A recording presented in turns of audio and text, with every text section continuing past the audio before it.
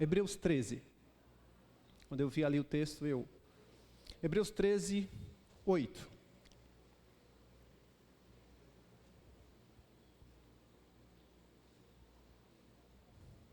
Todos encontraram? Como está na tela, eu gostaria de ler apenas esse versículo mesmo, que nós utilizaremos para meditarmos na palavra do Senhor. Vamos ler todos juntos? 1, 2, 3 e já.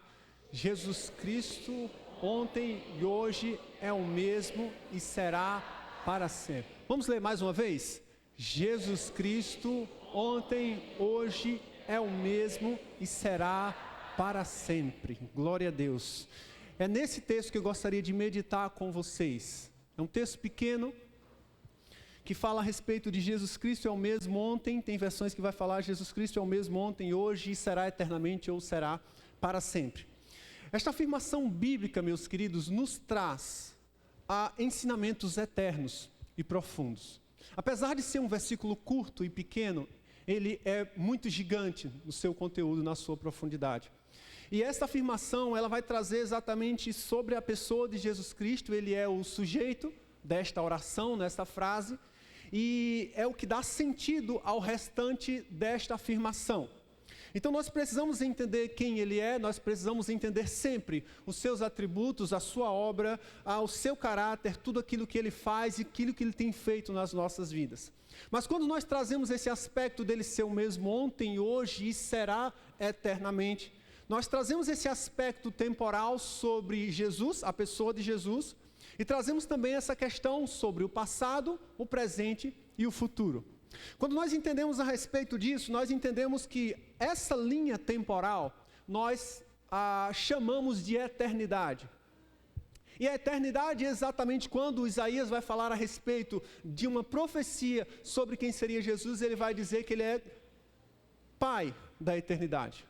Então, quando nós entendemos a respeito disso, nós entendemos que o tempo não se aplica exatamente a ele.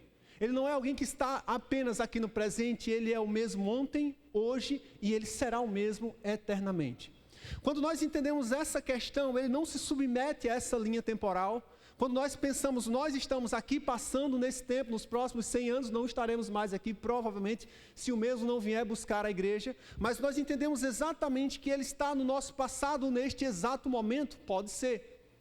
Ele pode visitar o nosso passado quando ele quiser. Às vezes nós precisamos de cura na nossa alma, em coisas que já nos aconteceram há muito tempo, e ele tem poder na sua presciência, na sua onipotência, de ir no nosso passado e nos curar de feridas passadas, só que nesse exato momento, não faz muito sentido para nós. Mas quando ele chega, o tempo é criado após ele, nós entendemos que essas regras não se aplicam a ele.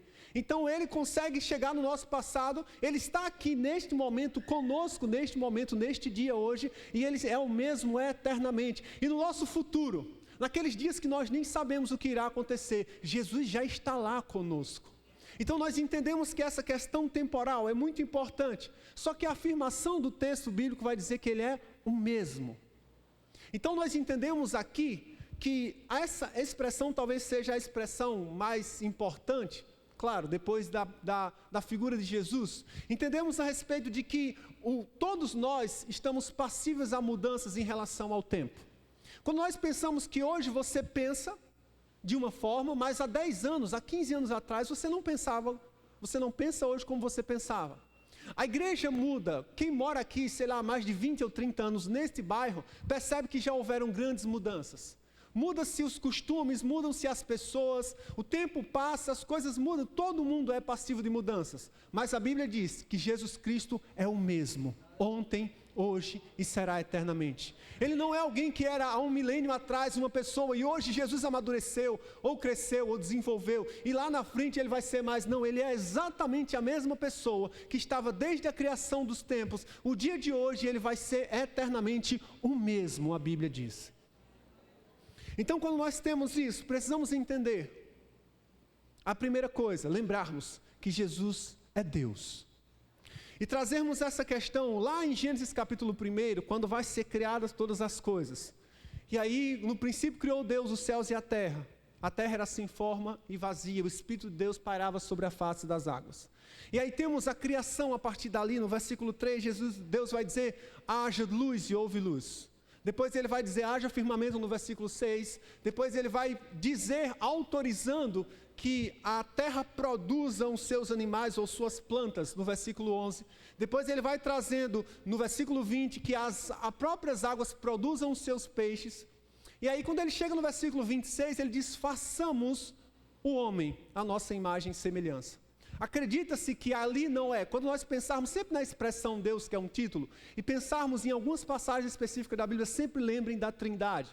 Como a expressão que ele usa é façamos, provavelmente estavam ali os três. Então Jesus está desde a época da criação, ou de muito antes da criação, porque ele é Deus, ele é eterno e ele é o mesmo. E quando nós entendemos exatamente em Colossenses 1:17, vai dizer que ele existe antes de tudo que existe aqui. E nele todas as coisas subsistem. Entender que ele não só criou, como ele coordena e governa todas as coisas neste mundo. Você entende que todas as coisas que nós temos aqui, que nós vivemos aqui na Terra, lá fora, quando eu falo fora, lá nas galáxias, o mundo é muito agressivo lá, é meteoros, é muita coisa, são buracos negros que sugariam a Terra, o Sol e todo o sistema solar em fração de segundos. Existe muita agressividade desse ponto de vista e está lá o planeta Terra, num lugar extremamente isolado, onde ela gira numa velocidade que talvez um avião não consiga fazer. E ela precisa estar lá naquele lugar. Se ela tivesse 1 centímetro mais próximo do Sol, todos nós morreríamos queimados. Se ela tivesse 1 centímetro mais distante do Sol, todos nós morreríamos congelados. E ela está exatamente no lugar que tem que estar. Um planeta que é Terra, que tem mais água do que Terra, que a própria gravidade suga tudo para baixo dela, que ela está lá no lugar onde deveria estar, roda a uma velocidade necessária, suficiente, para que o Sol consiga pegar toda, porque se ele parasse, o Sol queimaria só uma parte e a outra parte congelaria. Então, às vezes no ano ela dá uma inclinada para um determinado lugar, que isso nós temos as estações do ano, e tudo isso está sendo governado por ele, porque Colossenses diz que ele simplesmente criou e nele subsistem todas as coisas. Então entender que é um Deus que está lá no altos céus, é um Deus que está no profundo dos oceanos, é um Deus que está aqui com você agora, que sabe tudo que você está pensando, é um Deus que está em qualquer lugar que você conseguir imaginar, e o lugar que você não conseguir imaginar, está governando sobre tudo e sobre todos. Este é Jesus. Então, quando nós entendemos a respeito disso, ele traz algumas afirmações, e eu queria compartilhar alguns textos que nós conhecemos muito bem. Jesus ele vai dizer em João 6, eu sou o pão da vida. E o que vem a mim jamais terá fome. É muito interessante essa autoafirmação, não sou eu que digo que Jesus é o pão da vida, foi ele a si próprio que falou de si. O mundo busca incansavelmente algo para que de fato possa saciar a sua fome. As pessoas não conseguem compreender sobre isso, não sabem de onde vem essa fome, nem sabem do que pode saciá-la. Eles simplesmente têm isso, eles sentem essa necessidade, eles não sabem exatamente o que tem que comer, e eles buscam compulsivamente saciar uma fome, que está a todo momento neles. E eles buscam isso em poder, em relacionamentos, em dinheiro. Outros buscam isso talvez em drogas, em bebidas, e eles têm uma sensação de que ele ainda não conseguiu alcançar aquilo que sacia, e ele vê alguém, aquela pessoa já deve ter alcançado, e eu luto para que eu chegue naquele nível. Quando eu chego lá, eu ainda consigo perceber que existe um vazio que existe dentro de mim. E essa busca incansável do homem, para uma alimentação daquilo que ele busca, e quanto mais essa porção aumenta, mais eles percebem que isso não é saciado, porque tudo que eles precisam é do pão da vida, para que eles sejam alimentados no interior deles. E nós temos isso, nós somos a resposta para a fome que as pessoas nem entendem que tem, nem de quem é, e nós, Cristo em você, é a esperança da glória. Nós temos a resposta que eles precisam. No mesmo versículo, Jesus vai dizer, continuando, e quem crer em mim jamais terá sede. Ele fala a respeito de que é o pão da vida, ele fala a respeito de que é dar-se a entender uma fonte de águas vivas. Então, quando nós entendemos aqui, quem crer em mim, João 7 vai falar, como diz as Escrituras, rios de águas vivas fluirão do interior daqueles que creem em mim, como diz a palavra, não de qualquer forma, mas como a palavra diz quem eu sou. Aqueles que creem em mim, rios de águas vivas fluirão do seu interior. E nós entendemos a respeito disso.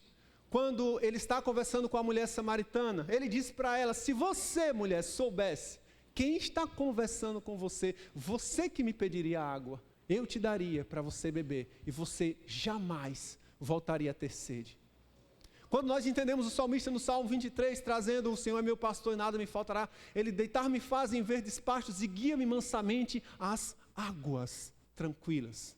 A ideia das águas não é só o lugar onde dá de beber para a ovelha, e sim, é algo muito mais profundo, porque aquele salmo não é sobre a ovelha, é sobre o pastor. E aí nós entendemos a respeito de que ele traz exatamente essa água que sacia a nossa sede, ou essas águas tranquilas. Tem outra passagem do Salmo 46 que vai dizer que Deus é o nosso refúgio e fortaleza, que Ele é o socorro bem presente na hora da angústia. E a continuação do texto pergunta, pelo que temeremos então? Ainda que os montes se transportem para o meio das águas, ainda que as águas tumultuem, ainda que espumejem, ele vai trazer uma série de situações relacionadas à natureza também. Só que quando chega no versículo 4, ele diz, há um rio cujas correntes alegram a cidade de Deus, o santuário das moradas do Altíssimo, Deus está no meio dela. Entendemos exatamente, jamais será abalada, entendemos exatamente a respeito de que existe um rio, e este rio, talvez, você pode pensar, literal, lá nos céus vai ter um rio, que para deixar bonito, não sei, mas que rio é esse? Que alegra a cidade de Deus. Será que esse rio é só um lugar de tranquilidade? Ou esse rio é uma pessoa, que é a fonte de águas vivas, que sacia a nossa sede por toda a eternidade? Então, quando nós entendemos a respeito disso, nós cantamos aqui, dos bons tempos, comentávamos aqui do Diante do Trono, quando eu cheguei, o louvor estava cantando. Um texto conhecido que diz, porque há esperança para a árvore cortada. E nós entendemos que um tronco que ele esteja cortado e ele venha simplesmente morrer de velho, esteja simplesmente lá jogado. Ninguém dá mais nada por ele. Tem certeza, uma certeza, está morto. É só um pedaço de madeira.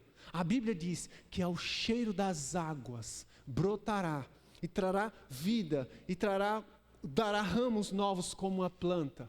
Se você estiver próximo dessas águas, mesmo que você esteja morto, só a proximidade, só o cheiro das águas gera vida novamente em você, ou em qualquer um que precisa de vida. Jesus é essa fonte, esse rio de águas vivas.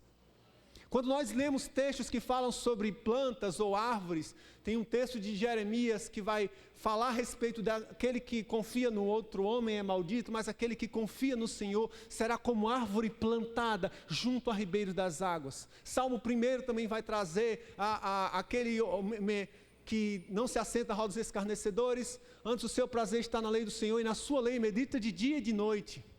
Ele será como árvore plantada junto a ribeiros das águas de novo. E vai trazer sempre essas menções, porque tem algo muito mais profundo. O próprio Jesus afirmou a respeito disso. Então nós temos isso, nós sabemos que Ele é o pão da vida. Nós sabemos que Ele é a fonte de águas vivas. Nós sabemos que Ele também disse, eu sou a luz do mundo, ainda em João 8. Eu sou a luz do mundo. E depois da queda do pecado, o mundo inteiro ficou em trevas. O mundo inteiro ficou em escuridão. E aí nós temos exatamente a afirmação em Romanos 3, que diz que todos pecaram e todos precisam agora e carecem dessa graça de Deus. E nós entendemos que nessa escuridão, nós precisamos da luz. Ele falou, eu sou a luz. E quando nós entendemos essa questão da luz é muito interessante, porque a luz ela tem um poder muito maior do que o que nós conseguimos compreender. Ela viaja numa velocidade tão grande, 300 mil quilômetros aproximadamente por segundo, tanto é que quando nós ligamos a luz, ela simplesmente chega, você nem vê ela descendo lentamente, porque é muito rápida. E aí quando você tem a ideia de que um lugar está iluminado por alguma coisa, aqui, se nós apagássemos todas as luzes aqui, nós não conseguiríamos nem nos enxergar, nem fazer absolutamente nada, porque nós não viríamos, estaríamos em escuridão. Mas quando você liga as luzes, a própria luz, ela dissipa todas as trevas, ela dissipa toda a escuridão. Não tem como você ter um quarto, ligar a luz em uma parte, eu vou fazer uma escuridão só num cantinho aqui do quarto. Não tem, porque onde há luz, as trevas precisa sair, a escuridão precisa ir embora. E Jesus disse que é a luz do mundo. E quando nós entendemos a respeito dele ser a luz do mundo, nós precisamos entender que nós precisamos andar nele, que é a luz do mundo. Quando nós entendemos isso, ele vai falar, se porém andarmos na luz, 1 João, capítulo 1, versículo 7. Não precisa abrir, que eu vou citar muito texto para nós andarmos aqui. Se porém andarmos na luz, como ele na luz está, teremos comunhão uns com os outros, e o sangue de Jesus nos purifica de todo pecado. Entendermos que a importância de andarmos na luz. E aí não só ele diz eu sou a luz, como aqueles que andam na luz também são luz. Ele mesmo afirma, vós sois a luz do mundo, sal da terra, a luz do mundo. Você está nele, você também é luz. E aquele lugar onde Deus colocou você, você precisa brilhar, onde há trevas. Você precisa entrar naquele lugar, as pessoas precisam entender, tudo que é treva precisa sair, porque esse é o poder da luz, dissipar as trevas. As trevas não conseguem reinar onde há luz. Não tem como você ter no mesmo ambiente luz e treva, no mesmo lugar não tem. Ou a luz clareia tudo, ou as trevas escurecem tudo, não tem um meio termo. Então nesse sentido nós entendemos a respeito disso. Quando nós lemos Gênesis capítulo 1, voltando lá, nós temos Deus dizendo, no princípio lá criou tudo, no versículo 3, ele diz, haja luz, e houve luz. E o interessante é que essa luz, que veio através de uma ordenança de Deus, não associa ela como o sol, porque o sol vai ser criado ainda dias depois. Que luz é essa que Deus simplesmente, a primeira fala, porque no princípio criou Deus os céus e a terra, é um aspecto narrativo. A primeira fala de algo associado a uma ação de Deus, é ele dizendo, haja luz, e houve luz. Então começa a partir de uma luz que nós entendemos e não entendemos, mas vamos lá. Então essa luz simplesmente acontece, não é o sol, porque o sol é apenas uma estrela que vai ser, como eu já falei, criado depois.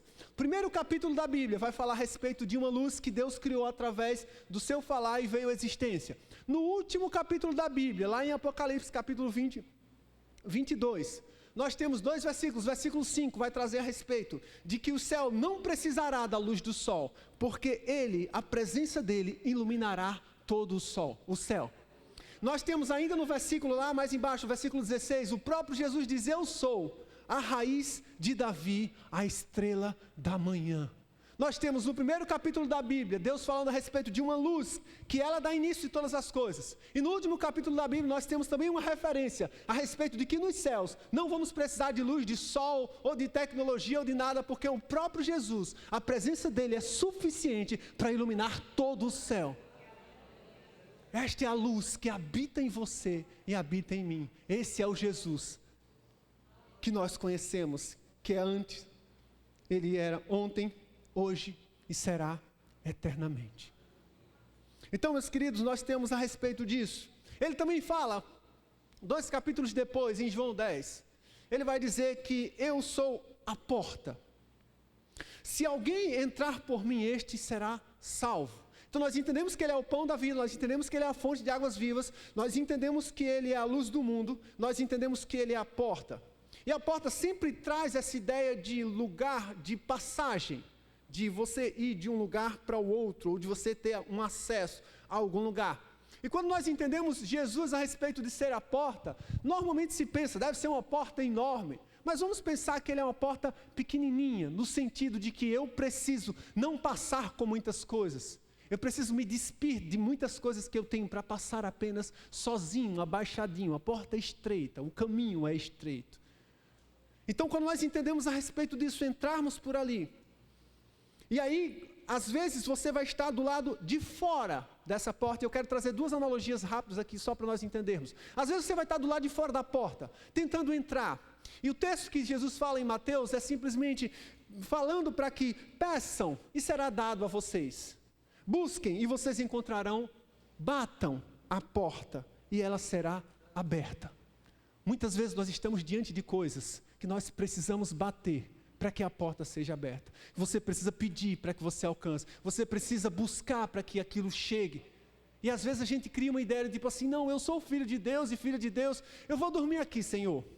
Vou dormir e amanhã, eu creio que amanhã eu vou me acordar empregado, Deus. sem dar currículo, sem nada. Eu já quero acordar aqui com a farda da empresa, entende? E às vezes não tem uma ideia, tipo assim, de buscar. Meu irmão, não vai entregar currículo não para tu ver se tu vai acordar empregado no outro dia. Tem coisas que você precisa fazer. Deixa eu abrir uma observação aqui. Só para, não quero desenvolver muito sobre isso. Mas quando Deus fala, por exemplo, para Josué a respeito de que ele precisava ser forte e ser corajoso, Deus sabe que a força e a coragem que nós precisamos ter é nele. Por isso que Paulo vai dizer, quanto ao mais, irmãos meus, fortalecei-vos no Senhor e na força do seu poder. A força que você tem é Deus quem dá. Só que Deus pede ou exige para que Josué seja forte e seja corajoso.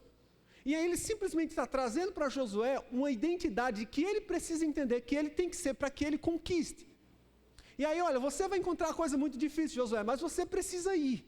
E às vezes Deus traz coisas para nós porque nós não tomamos posse de coisas que já são nossas. Quando ele traz essa palavra para Josué, ele vai trazer, e aí Moisés agora meu servo é morto. Agora você vai, se dispõe, vai passar por aqui e vai fazer o povo herdar a terra que eu já dei sob juramento aos teus pais. Como é que você vai conquistar uma coisa que você já tem, que já é sua?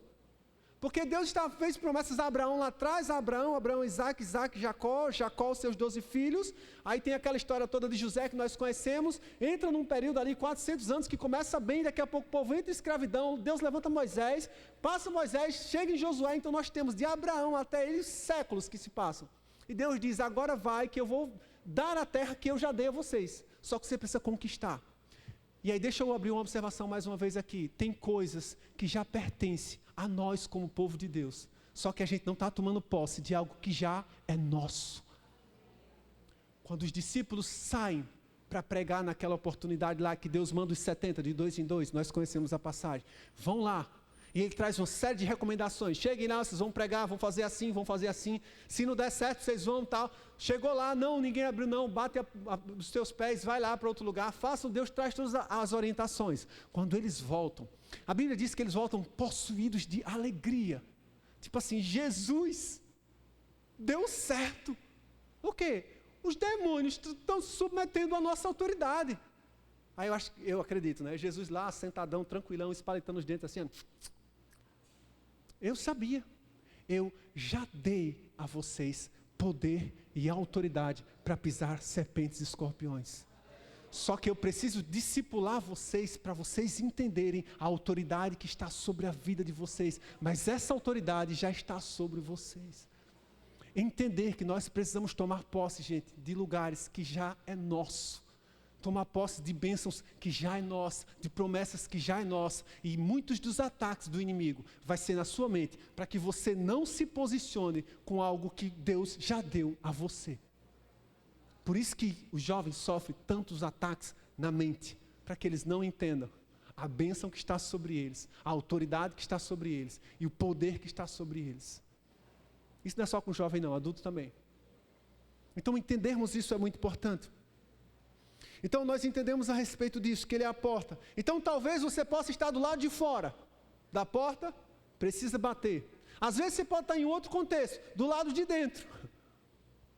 Do lado de dentro. Como é que eu posso estar do lado de dentro da porta? Aí é alguém que está fora querendo entrar. Jesus disse certa vez para a igreja de Laodiceia, eis que estou à porta e bato. Se alguém abrir ela, eu entrarei, cearei com ela. Estarei com ele e ele comigo. E aí nós temos exatamente ele trazendo isso. E ao que vencer, a continuação da fala de Jesus. E ao que vencer, eu lhe concederei que assente comigo no meu trono. Assim como eu venci e me assentei com meu Pai. E no versículo 22 ele conclui, quem tem ouvidos o que o Espírito diz. Esse texto não é texto para evangelismo, apesar de ser usado, tá? Muito usado, mas isso é escrito para uma igreja, onde a igreja está deixando Jesus do lado de fora, e ele está batendo, querendo entrar, e Jesus não vai arrombar porta de ninguém, ele bate, se você abre, ele entra, ele é educado. Então seja você, estando do lado de fora, querendo bater, para que a porta se abra, ou você do lado de dentro, Jesus querendo entrar, nas duas situações, deixa eu trazer essa questão, Jesus é a porta. E quem entrar por ele, esse será salvo.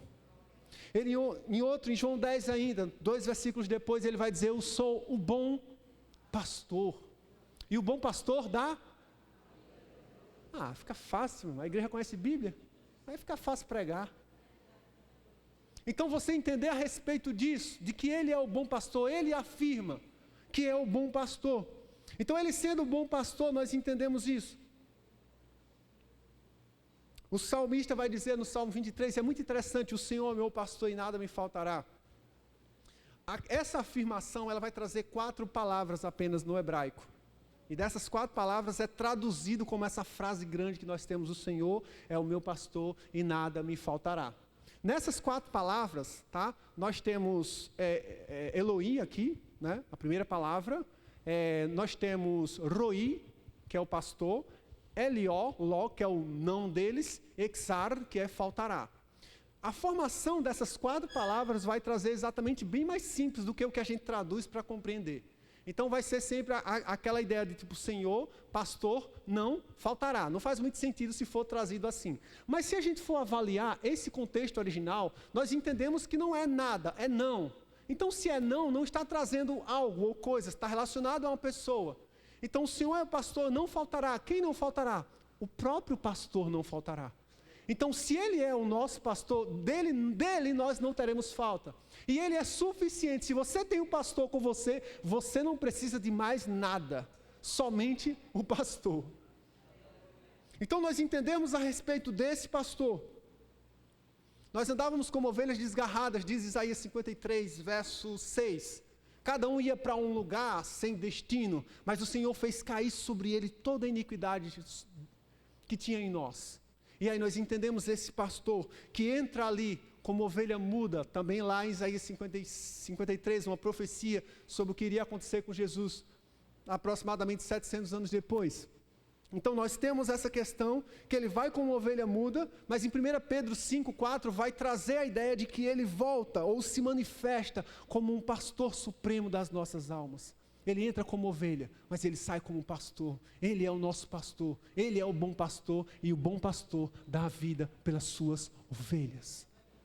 Então nós entendemos que ele é o pão da vida, que ele é a fonte de águas vivas. Nós entendemos que ele é a luz do mundo, que ele é a porta. Nós entendemos que ele é o bom pastor. No capítulo 11, ele vai dizer: eu sou a ressurreição e a vida. Ainda que você esteja morto, viverá. Ele ressuscita mortos. Essa é a passagem de Lázaro, por isso que ele diz essa afirmação. Então tem 2 contextos de ressurreição aqui. O primeiro é que ele traz essa questão a respeito de que ele simplesmente ressuscita mortos, literalmente falando. O rei Ardibonque, lá, quando era vivo, fazia as cruzadas dele lá na África. É um autor conhecido por evangelismo na África. Ele tem até um livro chamado Evangelismo por Fogo. E se você for ver, ele é um pouco atrás aqui da nossa geração. Tem alguns vídeos ainda no YouTube dele. E as pessoas nas aldeias onde ele passava, aquela caravana, milhares de africanos, simplesmente entendiam uma unção de Deus tão grande sobre aquelas pessoas, que eles não chegavam lá e diziam: olha, meu parente está morto, não. Eles pegavam, quando chegava a caravana daquela cruzada ali, as pessoas da cidade sabiam que estavam lá, eles pegavam os caixões, levavam para o evento e colocavam atrás do palco que foi montado para ser feito o evento. E tem até vídeos, relatos no YouTube, se você pesquisar, e aí alguns daquelas pessoas, sem ninguém impor a mão, a própria presença de Jesus, alguns mortos se levantavam daqueles caixões, porque Jesus continua sendo a ressurreição e a vida. Então, seja por uma oração, ou seja por um milagre, Jesus ainda ressuscita mortos. E quando nós entendemos isso, não só ressuscita literalmente mortos, como Ele também traz aqueles que estão mortos nos seus delitos e pecados, Ele também traz a vida. Então as pessoas que estão perdidas lá fora, ficam tentando argumentar porque eles nem entendem que estão mortos. Porque morto não pensa. Então você às vezes vai tentar fazer algo, não dá muito, é uma ação soberana de Deus, é um convencimento do Espírito Santo, e a igreja pregando este evangelho. E aí Jesus faz exatamente isso, Ele é a ressurreição e a vida, porque quem crer em mim não faz muito sentido, morto não vai crer, mas aquele que crer em mim, mesmo que esteja morto, esse viverá. Então quando nós entendemos que Ele é exatamente isso, Ele diz, capítulo 14 de João, eu sou o caminho, a verdade e a vida, ninguém vem ao Pai a não ser por mim. Em um mundo de diversidades, em um mundo de relativismos, em um mundo de muitas variações, Ele é a direção, Ele é a ponte, Ele é o acesso, Ele é o único caminho. Por mais que as pessoas tragam a ideia de que existem vários caminhos, existem vários, toda religião leva a Deus, né? Alguém vai dizer isso. Se você fizer boas obras, não, está aí, Deus está com você. Só que não é por aí. Você pode ser só uma pessoa que faz boas obras. Porque o próprio Jesus, isso não é uma afirmação minha, Ele diz que Ele é o caminho, que Ele é a verdade, que Ele é a vida, e ninguém chega ao Pai. Não existe uma outra forma de termos acesso a Deus, se não for por intermédio de Jesus Cristo. Ele é o único, não é o melhor caminho, é o único caminho. Então entendemos a respeito disso. João 15 diz que eu sou a videira verdadeira, o meu Pai é o agricultor. Nós temos uma outra afirmação de Jesus. O Pai é o agricultor, Jesus é a videira, nós somos os ramos. Não somos coisas distintas, tá? Não pense tipo como um tronco de uma árvore e um ramo como se fossem coisas diferentes. Você já viu uma videira, uma vide, um pé de uva, como a gente chama? É uma planta que é até diferente, porque você não sabe o que é tronco e o que é ramo, que é tudo misturado assim, né? Ela vai se enganchando pelas... E aí você vai vendo, então, aquela é a associação que Jesus vai trazer a respeito de ser a videira. E é muito interessante esse texto, porque o foco de João 15, eu sei que vocês sabem disso, vocês são uma igreja muito bem instruída e doutrinada, e o foco de João 15 não é falar apenas sobre a videira, nem os ramos, nem os frutos. O foco de João 15 é falar sobre permanecer.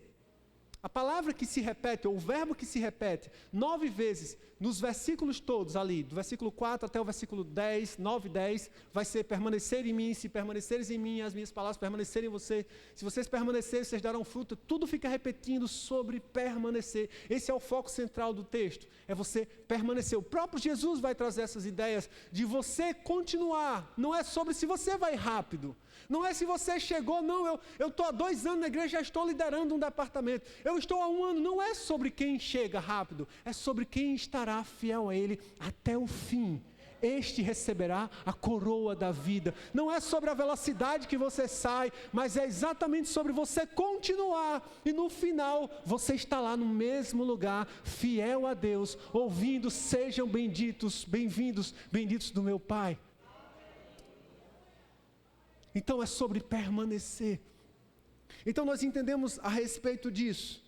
Nós sabemos e ouvimos aqui que Ele é o pão da vida, que Ele é a fonte de águas vivas, que Ele é a luz do mundo, que Ele é a porta, que Ele é o bom pastor, que Ele é a ressurreição, o caminho, a verdade e a vida, que Ele é a videira verdadeira.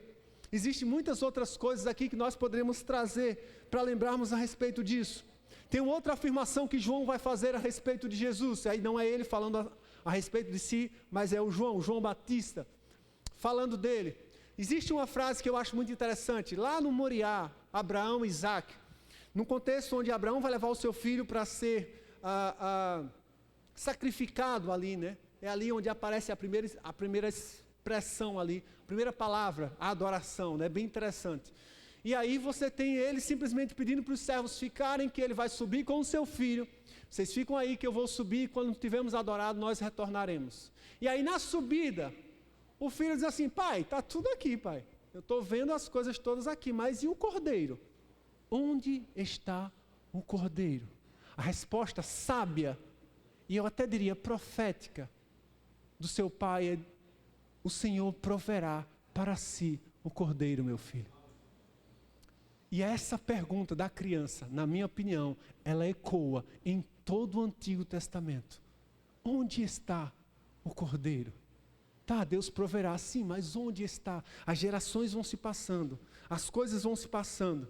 E aí isso vai acontecendo. Ali em Gênesis 22, o cordeiro substituiu. O filho não morre, o cordeiro simplesmente substitui. Ele é suficiente para uma pessoa, para você e para mim. Quando nós temos em Êxodo 12, se não me falha a memória, Jesus é o cordeiro suficiente para uma família inteira. Quando é orientado para que eles simplesmente peguem, matem o cordeiro, peguem o sangue e coloquem nos umbrais da porta, e para quando o anjo passar ali naquela noite, executando o juízo, passando por cima, ele simplesmente não executará, porque eles estão debaixo do sangue do Cordeiro. Então, entender a respeito disso, em Isaías 53, nós vamos ter essa revelação também a respeito de que lá no Moriá era substituto para uma pessoa, em Êxodo, substituto para uma família, em Isaías 53, substituto para uma nação inteira, e aí Jesus vem para os seus não receberam, mas todos aqueles quanto receberem têm o direito ou o poder de se tornarem filhos de Deus. E aí esse Cordeiro chega para todos nós, e a pergunta continua ecoando: onde está o Cordeiro? E quem responde isso, depois de 400 anos de silêncio, sem liderança, aparece um homem diferente, como João Batista, pregando por ali. E aí quando ele chega numa ocasião específica no batismo, isso são as minhas palavras, tá? Só para nós entendermos, contextualizarmos. Vocês querem saber onde está o Cordeiro? As gerações clamam por um Cordeiro, deixe-vos responder: eis aqui o Cordeiro de Deus, que tira o pecado do mundo. E ali estava, não mais os homens oferecendo o Cordeiro, mas Deus oferecendo o seu próprio Cordeiro perfeito. A partir dele, não precisamos mais de sacrifício, porque o Cordeiro de Deus tirou os nossos pecados.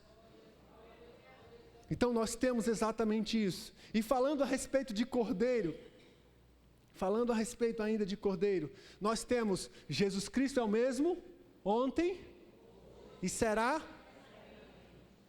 Nós temos a ideia do Cordeiro. A Bíblia diz que o Cordeiro, lá no capítulo 13 de Apocalipse, vai dizer passado, que ele foi morto desde a fundação do mundo. No presente, nós temos o João falando a respeito disso, que o Cordeiro de Deus tira o pecado. Esse tirar é um presente contínuo. Ele não é que ele tira naquele momento, ele continua tirando. E todas as vezes que alguém precisar, esse Cordeiro continua tirando o pecado do mundo. E aí nós temos o Cordeiro no futuro, também em Apocalipse, quando nós temos aquele que está assentado no trono.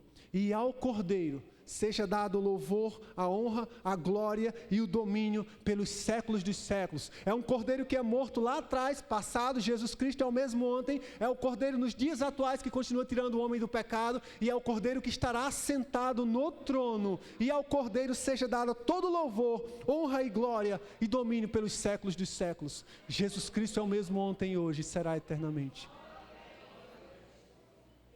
Então nós entendemos que Ele é o pão da vida, fonte de águas vivas. Já estou encerrando. Luz do mundo. Ele é a porta. Ele é o bom pastor. Ele é a ressurreição e a vida. Ele é o caminho, a verdade e a vida. Ele é a videira verdadeira. E eu vou dizer, faltaria-me tempo, assim como diz em Hebreus 11, para falar sobre muitas outras coisas a respeito de Jesus, porque a Bíblia diz que Ele é a raiz de Davi, a Bíblia diz que Ele é a estrela da manhã, a Bíblia diz que Ele é o príncipe da paz, a Bíblia diz que Ele é o alfa e o ômega, que Ele é a pedra angular, que Ele é a plenitude da divindade de Deus, que Ele é o primogênito dos mortos, a testemunha fiel e verdadeira, o soberano dos reis da terra. Ele é Senhor, Ele é Deus, Ele é Jesus. E a Bíblia diz que Deus exaltou Ele sobremaneira e deu a Ele o nome que está acima de todo outro nome, para que todo joelho se dobre e toda língua confesse que Jesus Cristo é Senhor, para a glória de Deus Pai. Jesus Cristo é o mesmo ontem, hoje e será eternamente. Que Deus abençoe em nome de Jesus.